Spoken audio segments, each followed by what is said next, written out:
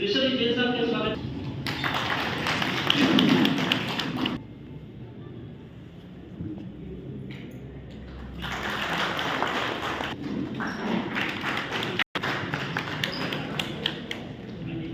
अधिवक्ता दिवस के उपलक्ष्य में आयोजित भारत और संवैधानिक नैतिकता विषय पर संगोष्ठी एवं भारतीय संविधान की प्रदर्शनी में पधारे हुए आज हमारे आदरणीय जिला सेशन न्यायाधीश महोदय श्री चंचल मिश्रा साहब, कार्यक्रम की अध्यक्षता कर रहे हमारे अखिल भारतीय अधिवक्ता परिषद के संस्थापक सदस्य वरिष्ठ अधिवक्ता श्री ऋषभ कुमार जैन साहब, विशिष्ट अतिथि माननीय श्री सारदेव साहब और हमारे इस आग्रह पर पधारे जयपुर से हमारे साथी अधिवक्ता जी, हमारे अखिल भारतीय अधिवक्ता परिषद की प्रदेश उपाध्यक्ष दीदी वंदना जी और हमारे बार एसोसिएशन उदयपुर के कार्यकारी अध्यक्ष, इस कार्यक्रम में पधारे सभी न्यायिक अधिकारीगण, वरिष्ठ अधिवक्तागण एवं मेरे युवा साथी। वैसे संविधान दिवस 26 तारीख को आता है, परंतु अभी विधानसभा के इलेक्शन और छुट्टी होने की वजह से इस कार्यक्रम में थोड़ी आज इस कार्यक्रम में हमारे माननीय विजय साहब जो कि शायद हम सरल स्वभाव के हैं, उनका हमें सानिध्य मिला है। प्रोफेसर सारंगदेव साहब का भी सानिध्य मिला है। हमारे जयपुर से पधारे अधिवक्ता श्री प्रताप सिंह जी का भी सानिध्य मिला है। आप हमारे इस छोटे से निवेदन पर इस कार्यक्रम में पधारे और इस कार्यक्रम की गरिमा बढ़ाई। का कार्यक्रम हुआ था दिल्ली में, तब हमने देखा था, तब से एक ललक थी कि हमारे यहाँ भी एक प्रदर्शनी लगाई जाएगी जहाँ हम सब उसका अवलोकन कर पाएं। तो अधिवक्ता परिषद की जिला इकाई में अधिवक्ताओं की भूमिका बड़ी महत्वपूर्ण भूमिका रही थी और आंदोलन दिलाने में सभी अधिवक्ता अग्रणी रहे थे। तो जब स्वतंत्रता प्राप्त हुई हमें भारत देश को, तो सभी को यह अपेक्षा अधिवक्ताओं से थी कि हमारे राष्ट्र के निर्माण के लिए, एक सुगठित व्यवस्था के लिए, एक हमारी विधि जो गुणवत्ता लिए हुए हो, उसके संबंध में अधिवक्ता सहयोग करेंगे और बदलाव लाएंगे। इस विचारधारा को लेकर काफी संगठन कार्य कर रहे थे। रिकमेंडेशन लेटर जिसके कारण मुझे मूल संविधान लिखने का अवसर प्राप्त हुआ, दिल्ली में पार्लियामेंट लाइब्रेरी के अंदर रखा है, नाइट्रोजन गैस। मैंने आईएलएस लॉ कॉलेज से 5 ईयर इंटीग्रेटेड कोर्स किया, तो थोड़ा सा लगता था कि लॉ तो आता ही है, लेकिन जिस दिन मैंने ये संविधान में ये चित्र देखे, उस दिन मुझे लगा कि मुझे एलएलबी तो करनी, लेकिन मुझे कुछ आता ही नहीं।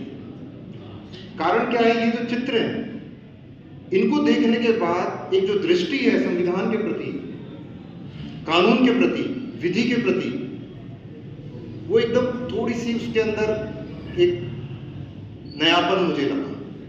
और उस दिन मैंने संकल्प लिया कि ये जो चित्र है ये घर घर तक पहुंचने चाहिए। उसकी शुरुआत माननीय उच्च न्यायालय जयपुर से करी और हर संविधान दिवस के दिन ये एग्जीबिशन जैसा आप देख रहे हैं ऐसा लगाया। उसके बाद धीरे धीरे ये आगे बढ़ रही है और मैं भाई साहब प्रवीण खंडेलवाल जी को धन्यवाद देता हूँ कि इन्होंने मुझसे कम से कम 3-4 बार पहले भी कहा, लेकिन क्योंकि as an advocate working day के दिन पॉसिबल नहीं हो पाता है, तो मैंने इनसे निवेदन किया कि शनिवार के दिन हम रख सकते हैं। सीमा है, इसलिए मैं कोशिश करूँगा कि ये जो चित्र हैं इनको, उनके प्रति जो मेरी भावना है, क्योंकि ये एक रिसर्च का टॉपिक है, यही चित्र क्यों रखी गई? दूसरा चित्र भी तो रखे जा सकते थे। जैसे एक उदाहरण, हमारे संविधान में कुछ मौलिक 2-3 बातें हैं। प्रत्येक पृष्ठ पे आपको 3 विशेष बातें मिलेंगी। पहला, सुलेखन, कैलीग्राफी का काम अंग्रेजी में प्रेम बिहारी नारायण रायजादा जी ने किया था और हिंदी में वसंत कृष्ण बैच जी ने, वो तो लीगल कंटेंट मिल गया। इसके बाद चौखट बनी हुई है, वो शांति निकेतन के जो हमारे आर्टिस्ट हैं उनका योगदान है उसमें। और जो चित्र हैं वो आचार्य नंदलाल बोस जी ने बनाए थे और डॉक्टर राजेंद्र प्रसाद जी से पूरी सलाह मशवरा करके बनाए गए थे। 24 जनवरी 1950 को संविधान सभा के माननीय सदस्यों ने हस्तलिखित संविधान पर हस्ताक्षर किए थे। ये वो ही पृष्ठ है, स्कैंड कॉपी है, जिसके ऊपर वहां 2 रेप्लिका भी रखी है, अंग्रेजी और हिंदी की। अंतिम में आपको सिग्नेचर्स भी देखने को मिलेंगे। ये चित्र देखने के बाद मुझे भारत बोध होता है कि भारत क्या है। हम सब विधि से जुड़े हुए हैं, अधिवक्ता है। जैसे basic structure doctrine of the constitution है, तो मेरे मन में ये आता था, कई बार आता है कि हमारा सिलेबस का कंटेंट बदल दिया जाता है with the change of the government. तो मुझे एक तलाश थी ऐसे डॉक्यूमेंट की कि जहां पे एकदम ऑथेंटिक हिस्ट्री, कल्चर और सिविलाइजेशन मिले। और जिस दिन मैंने संविधान देखा उस दिन मुझे वो बेसिक जो फाउंडेशन है, जिसको मैं कहूँगा हमारे जो इतिहास, संस्कृति, सभ्यता और विरासत, मुझे इन चित्रों में देखने को मिलती है। मैं चित्रों के बारे में एक संक्षिप्त में रहा पृथ्वी पर प्राचीनतम सभ्यता। भाग 2 में दिखता परचम वैदिक काल के गुरुकुल का, जिसमें छिपा बीज भारत के विश्व गुरु बनने का। भाग 3 में मिलते मर्यादा पुरुषोत्तम श्री राम, माता सीता, लक्ष्मण जी दशानन रावण से जीतकर अयोध्या लौटते हुए। भाग 4 में मिलता संदेश गीता का, योगेश्वर श्री कृष्ण देते उपदेश अर्जुन को धर्म युद्ध का। भाग 5 में बुद्ध की करुणा, भाग 6 में महावीर की अहिंसा, भाग 7 में अशोक का विस्तार, भाग 8 में यक्ष का चित्र मिलता। इसको क्योंकि इसमें लिखा नहीं है किसका है, तो इसको हनुमान जी का चित्र भी मानते हैं। वो हम जैसी दृष्टि है वैसे देख सकते हैं। भाग 9 में विक्रमादित्य देते संदेश, 32 कहानियों से युवा के चरित्र निर्माण का व देश निर्माण का। भाग 10 में नालंदा विश्वविद्यालय देता संदेश, ज्ञान यज्ञ में भारत की ओर देखता संसार सा। भाग 11 में उड़ीसा की कलाकृति, बढ़ाती संविधान की शान। भाग 12 में नटराज है भारतीय कला का आधार। भाग 13 में दर्शाया लोक कल्याण के लिए करते तप, भागीरथ लक्ष्य था गंगा माता का अवतरण। भाग 14 में मिलता मध्यकालीन राजा अकबर के दरबार का चित्रण। भाग 15 में छत्रपति शिवाजी महाराज और गुरु गोविंद सिंह जी बताते कि भारत माता और धर्म के लिए सर्वोच्च न्यौछावर करना भी कम। भाग 17 में दिखाया रानी लक्ष्मीबाई और टीपू सुल्तान को अंग्रेजों के विरुद्ध संघर्ष के शंखनाद को। भाग 17 व 18 में महात्मा गांधी का मिलता चित्रण, एक याद दिलाता दांडी यात्रा को, नौकरी के दंगे का चित्र याद दिलाता भारत विभाजन विभीषिका को। भाग 19 में मिलते नेताजी सुभाष चंद्र व अन्य देशभक्त भारत को बाहर से स्वतंत्र कराने का प्रयास करते हैं।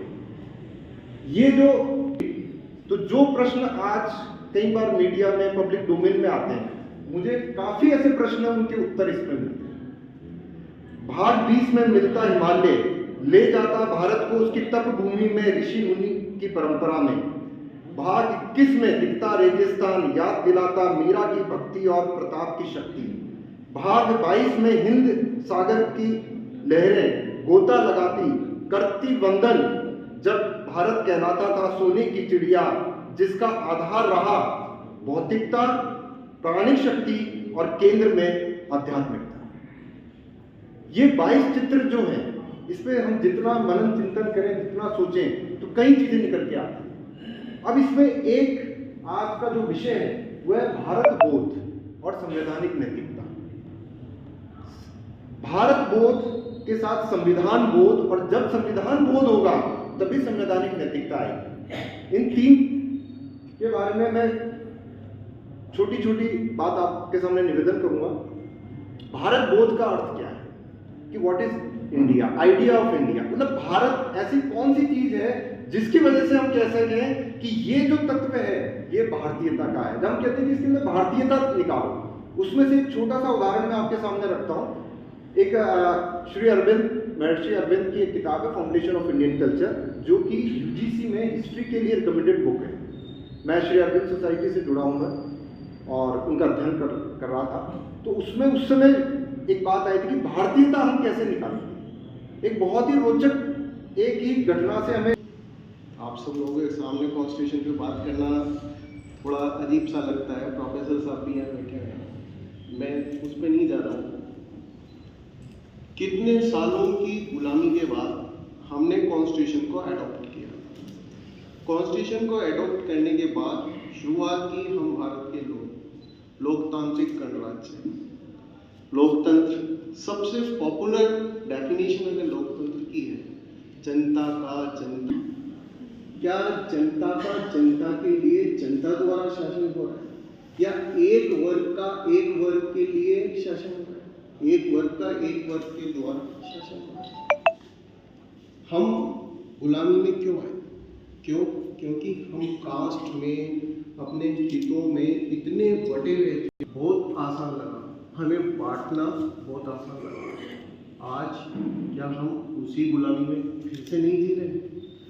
हमारे हित, हमारे स्वार्थ के इतने गुलाम हो चुके हैं कि सही बात भी हमें सही नहीं लगती। इतने राइट्स को लेके इतना हल्ला मचाते हैं, मार्च निकालेंगे, प्रदर्शन करेंगे, सारे करेंगे।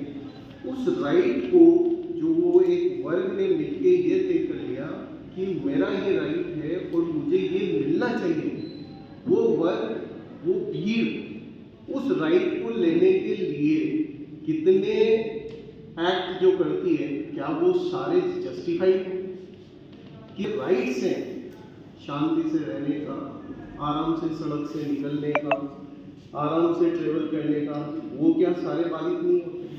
क्या हम कॉन्स्टिट्यूशन को एडॉप्ट करने के 73 साल बाद भी इन सब चीज़ों पे उस दृष्टि से नहीं सोच सकते? जब हमारा कॉन्स्टिट्यूशन बनाया गया, कॉन्स्टिट्यूशन असेंबली पूरे लोगों का ही है, क्योंकि रिप्रेजेंटेशन नहीं करती, लेकिन इतने लर्नेड लोग थे, उन्होंने इतनी डिबेट करी, इतनी डिबेट करके ये सारा चुन के हमारे सामने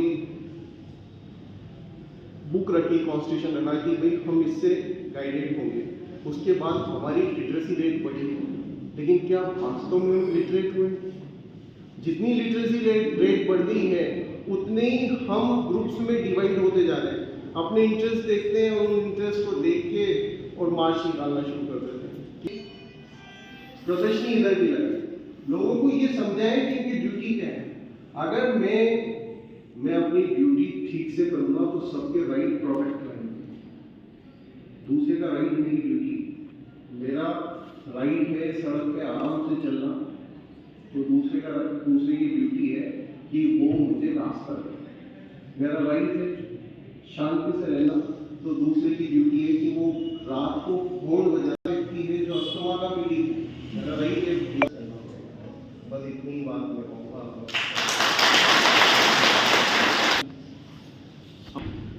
सूर्य प्रताप सिंह जी को हमने बहुत अच्छे से सुना और आपकी बहुत ही जो इंटरप्रिटेशन आपने इसकी प्रतिकृति और पैनलों पे किया बहुत ही अद्भुत रही।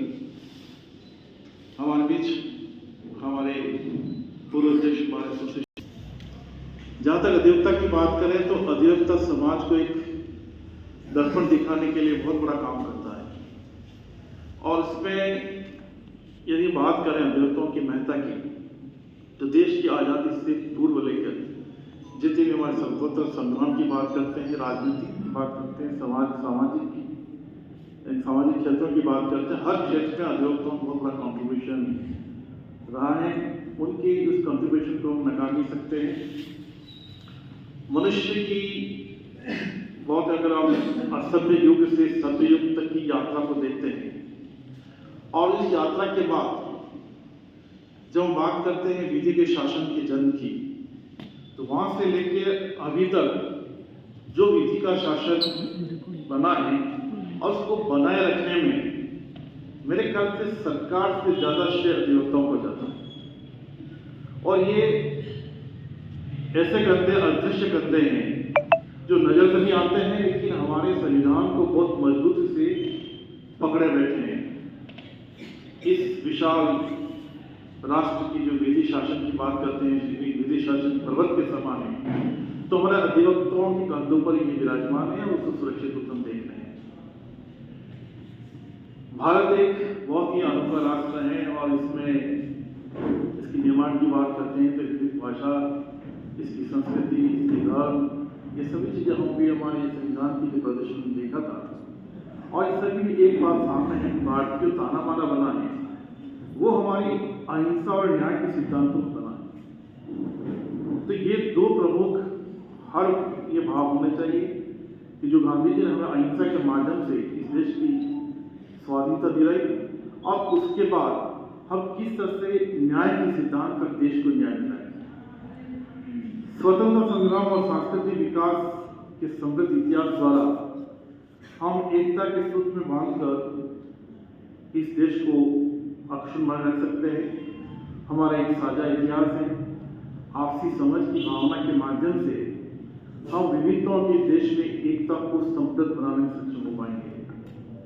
ऐसे में बहुत ही अद्भुत विषय आप लोगों ने रखा है कि भारत बौद्ध और संवैधानिक नैतिकता, और जब इसकी बात करते हैं, पूर्व वक्ताओं ने अपनी बहुत ही अच्छी तरह से बात कही है।